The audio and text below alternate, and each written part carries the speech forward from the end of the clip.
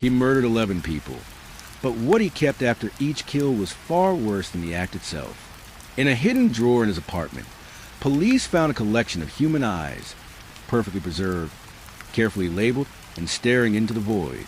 In the heart of Milwaukee, Wisconsin, during the cold autumn of 1991, police received a call that would shatter their sense of reality. The address was 924 North 25th Street.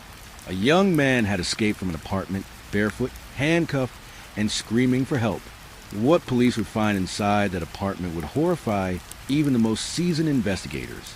This is a story of Jeffrey Dahmer, but not the one you've already heard. This is about the trophies no one talked about, the parts he kept, why he kept them, and what they reveal about his twisted mind. Jeffrey Lionel Dahmer was a quiet man on the surface, born in 1960. He grew up seemingly normal until signs of darkness began to emerge. By his teenage years, he was already experimenting with dead animals, fascinated by anatomy, dissection, and, most disturbingly, control. Between 1978 and 1991, Dahmer killed 17 young men and boys. He lured them in with promises of money or companionship, and once inside his apartment, they never walked out. What made Dahmer different wasn't just the brutality. It was the aftermath. He didn't simply kill. He collected arms, skulls, hearts, and eyes, preserved in jars with formaldehyde, stored like medical specimens. Each jar was labeled with name, date, and chillingly, how beautiful the eyes were. Some were green, some brown. All stared back at investigators as they opened that grim cabinet. When interrogated, Dahmer admitted why he kept the eyes.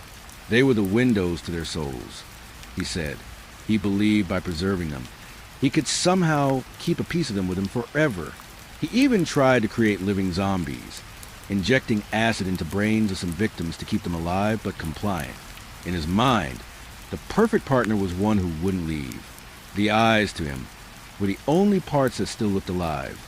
Police also found Polaroids of dismembered bodies posed in disturbing ways. He took photos at every stage of the killing process, documenting not just death, but his control over it. One officer described the scene as a house of horrors. Another had to retire after the trauma. But here's what many don't know.